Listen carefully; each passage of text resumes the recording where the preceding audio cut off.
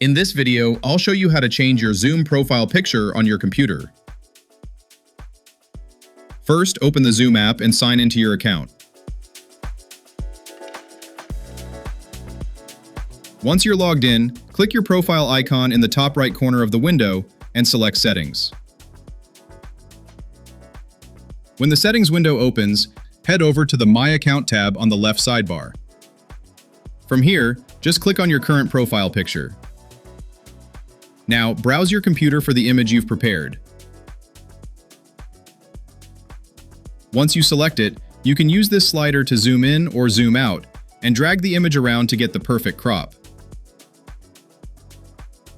When you're happy with it, hit Save. And just like that, your Zoom profile picture is updated.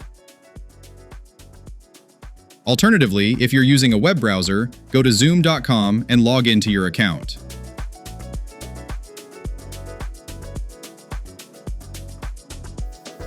On the left menu, click on Profile. Click your profile picture here, hit Change, and then select Choose Files to upload an image from your computer.